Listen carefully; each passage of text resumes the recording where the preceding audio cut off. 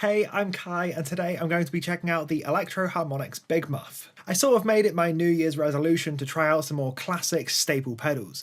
I've already done the Proco Rat as well as the Behringer Super Fuzz, but there is a great big list of pedals that I still haven't tried. I'll pop a list up on screen now of a ton of classic pedals that I still haven't tried. Let me know which one of these I need to try first. The main ones I'm currently thinking about are the MXR Carbon Copy, the Boss CE2, and the DoD 250 Overdrive. However, I'm open to just about anything, so let me know which is the most important pedal from this list. Now with that out of the way, let's get into an overview of the Electro Harmonix Big Muff. It is a massive pedal both in terms of sound and in terms of physical size. I don't think I need to give a full run through of the history, the circuit, the users, all that sort of stuff, as there are a ton of videos on YouTube about that topic from people much smarter than I am.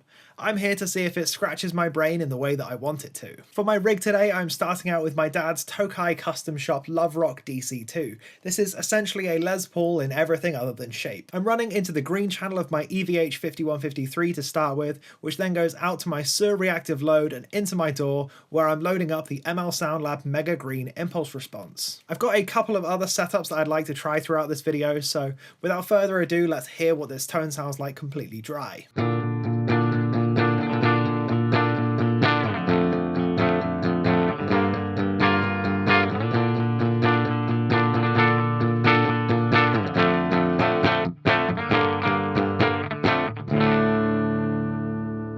Now this is sort of where I like a fuzz pedal to sit. It's almost at the point of distorting, but it's still fairly clean if I pick soft. I'll now quickly kick on the Big Muff and I'll run you through the controls. We'll start with the range of gain that this pedal has available. I'll try and keep everything matched with the volume knob, and I'll keep the tone on about 4 so that it's not too harsh.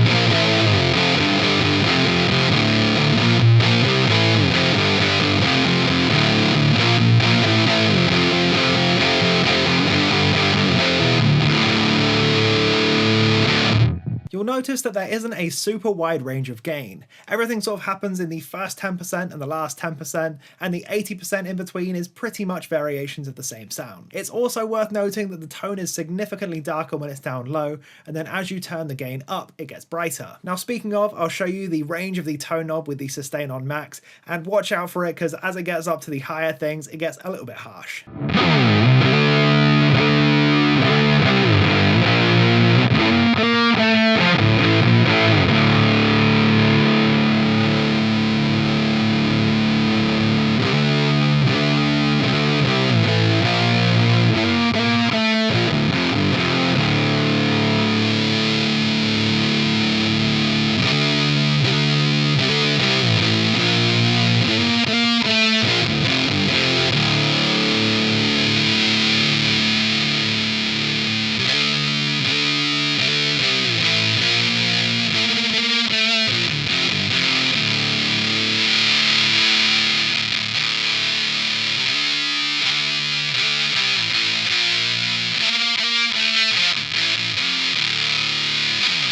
So as I said, it does sound extremely harsh with the tone up on 10 and the sustain all the way up. However, if we turn the sustain down, that range becomes a lot more usable.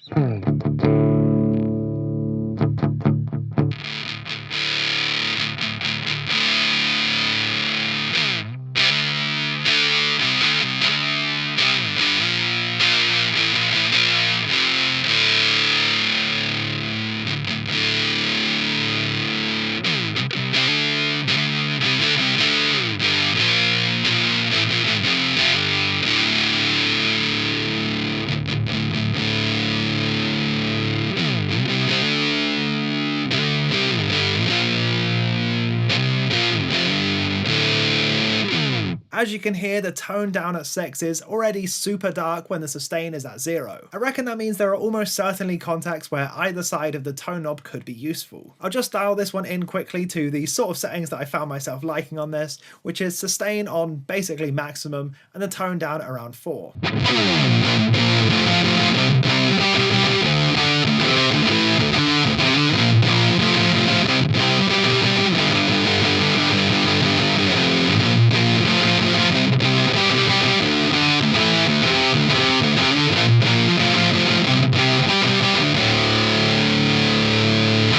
Stacking pedals with the Big Muff is a big reason why Big Muff lovers love them and Big Muff haters hate them. I'm picking the Goliath DO5 as my first pedal pairing here. It's a DoD 250 style overdrive pedal. Running it before the Big Muff can make it sound a little bit more aggressive, a little bit more modern, and it fills out some of the mid-range that you lose with the Big Muff. If we do a quick before and after with adding the Goliath DO5, you'll notice that it's adding an awful lot of brightness, which we can then counteract with the tone stack on the Big Muff.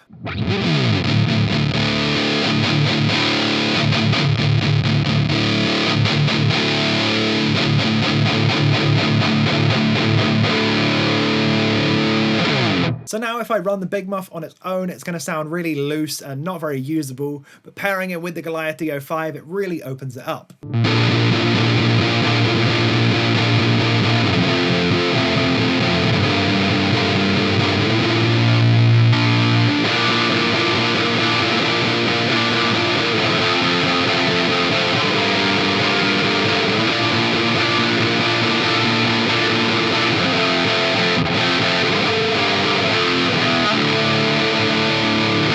With a great big tone like this, it'd also be good to add in some reverb and delay, so I'm going to use the Wampler Doctor and the Mua R7 to add a bit of ambience for some lead stuff. This is a huge reason why people love the Big Muff pedal. It's got a really nice singing, sustaining lead sound to it.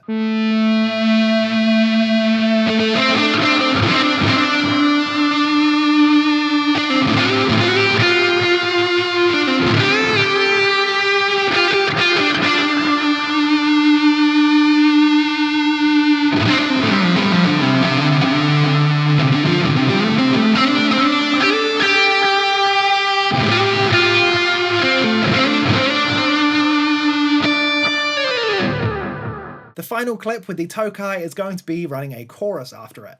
Now I do have the Electro Harmonix small clone on my pedal board, however I found myself preferring the HX1, particularly the model of the Boss CE1. This chorus can give you a really nice grungy lead sort of thing.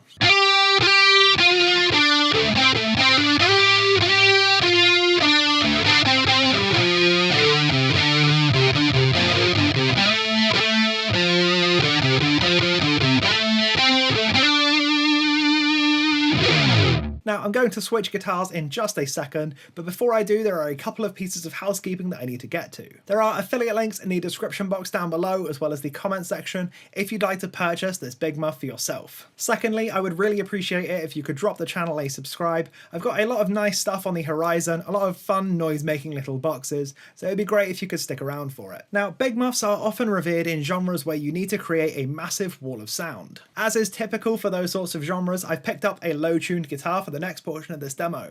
This is my Balaguer semi-custom Woodman in drop A sharp. We'll start by hearing just the Big Muff on its own and then I'll boost it with the Goliath afterwards.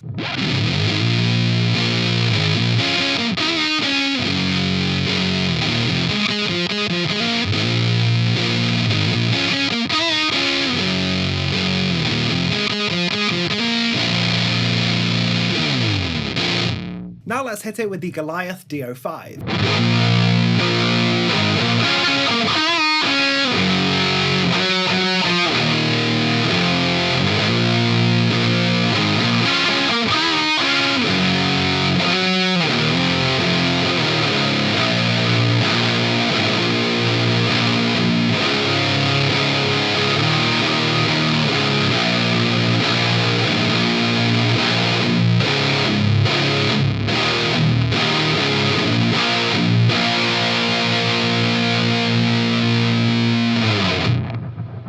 all of the playing clips for this demo, so let's get on to the wrap up and the conclusion. It's clear why the Big Muff divides opinions. I can see why people wouldn't like it. It's an awful lot of fuzz all the time. It's also a pretty scoop sounding fuzz, and you do lose a lot of the note definition unless you're boosting it. While something like the Rat stays pretty articulate no matter what, this loses all articulation as soon as you start turning it up. I think that's part of this pedal's charm though. It's more of a textural thing than anything. You have to approach this Big Muff with an open mind. You can't go in telling it what you're going to play, you have to sort of play to it a little bit. You also have to be a little bit careful about your amp settings. There aren't many pedals that react as sensitively to your amp's gain control than the Big Muff does. I've tried my fair share of Big Muff copies, clones, whatever you want to call them, but I've never had an official Electro Harmonix one, and I can say that it definitely lives up to the hype, but I can also see why people would mod it. These are certainly some of the best Big Muff tones that I've had compared to any of my other clones, so I'm very happy that I picked this one up so I get a feel for the original thing. If you'd be interested in hearing it shot out against a couple of said clones,